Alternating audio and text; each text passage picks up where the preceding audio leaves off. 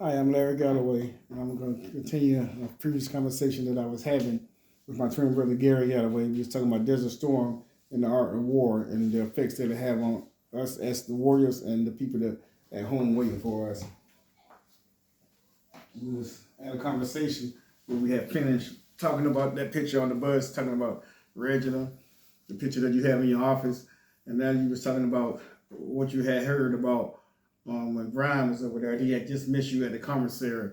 Could you talk about that a little bit? Yeah, because we used to get on a bus and take trips to the commissary, either the bus or on the back of a deuce and a half. And from talking to my little brother, he's a year younger than we are. I got the same MOS. And we got to see him at Zach MOS. He was a 19 kilo, I was a 19 kilo. I actually went to basic training with the guy that was his gunner at the time. But he was saying he went in the commissary, the PX, to get some goods while we was over there. And they said, you already been through the line, Galloway. And he found out that it was me. My unit had visited that same spot, but didn't get to see him. So it's good that we was in the same circles and to find out everybody was doing well. Did you ever run into any other personnel that you knew from North Carolina, from high school, while you was in the desert?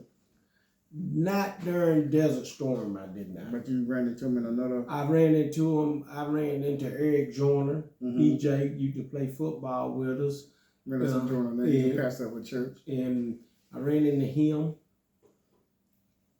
And I think that's the only person I ran into that we grew up with when I was in the desert. Okay. I ran into Basan. You remember Basan, Lisa's friend? Yeah, I ran into her.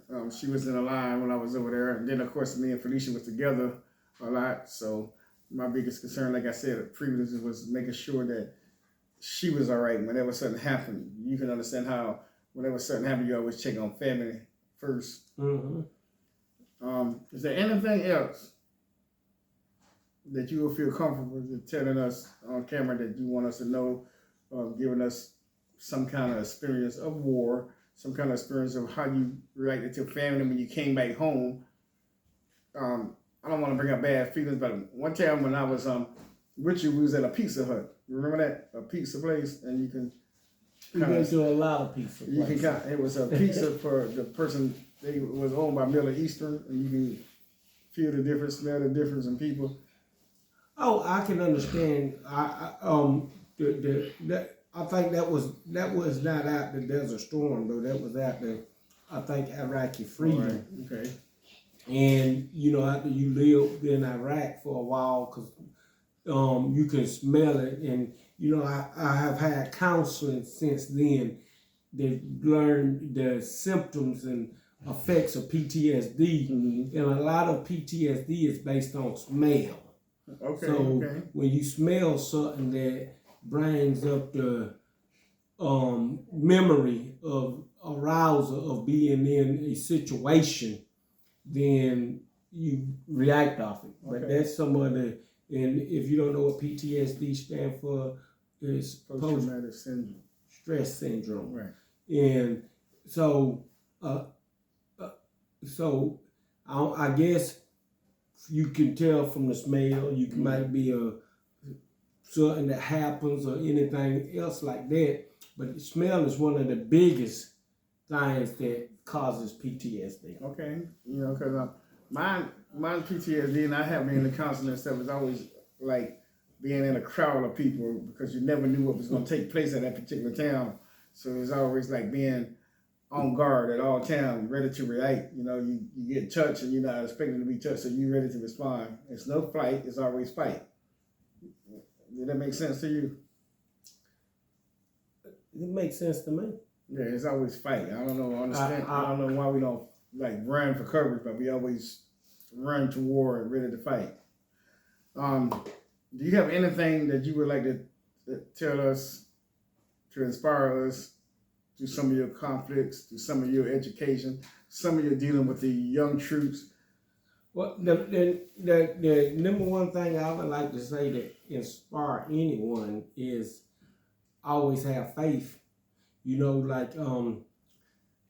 anytime I got into a situation, I always believed God wasn't going to give me nothing that I can't handle. So regardless of whether it's going good or whether it's going bad, in any situation, I always just believe that God ain't going to give me nothing that I can't handle. And I remember Mama saying, well, he ain't going to give you nothing you can't handle. All you got to do is pray on it and keep going. And I tell anybody, you just can't quit. The ride may get bumpy. The ride may come to a stop, but you got to keep moving. And as long as you have faith, you can keep moving.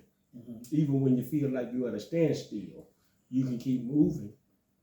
Because it's kind of like that footprints in the sand. Yes, sir. When you can't carry yourself, you got to believe that God going to carry you. Yes, sir. And that's what I believe. I have not had a situation in my life. I have had a situation in my life. I say, God, why you do me like this? But I have never had a situation in my life where I didn't have faith that God will see me through. So I tell anybody out here looking at the video that, and I'm not religious, I'm a Christian. It's a difference. There's a lot of different religions in the world. But if you're a Christian, you believing in the power of Jesus Christ, that he died on the cross, that he rose again, and that his power in believing, because all things can be done through his name. Yeah. All things can be done through the blood. And if you believe, you have faith, then he gonna see you through. Yeah. And that's the only advice. I tell you the same thing I tell kids in class.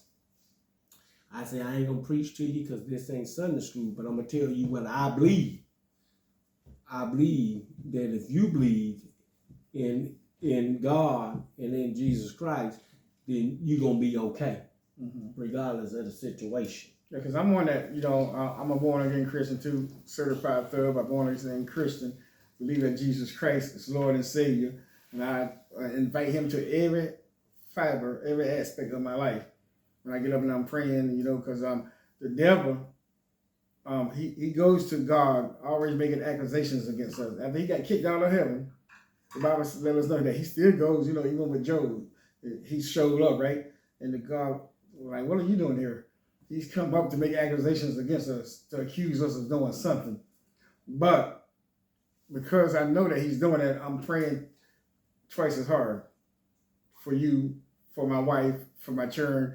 I don't want the devil to show up to God making accusations against you more than I'm showing up on your behalf. That makes sense to you? It makes sense to me. And I'm a born-again Christian, and I want to know, where did your faith come from, though? Did you get it from your grandparents, your ancestors, your mom? I mean, did you?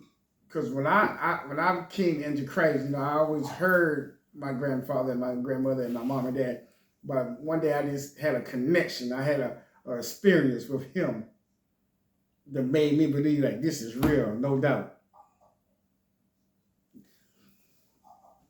The question was, where did I get my faith from? I initially got my faith from my mama telling us all the time that all things are possible through Jesus. Hey, don't worry. I remember when my mama was sick, she said, don't worry about me. I know where I'm going. Right. You need to get right so you can see me there. And my faith comes from that.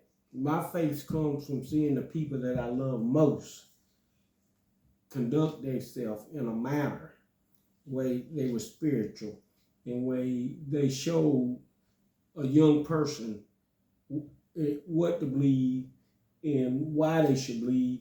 And I have had hard times when I felt like I couldn't go on no more. And guess what?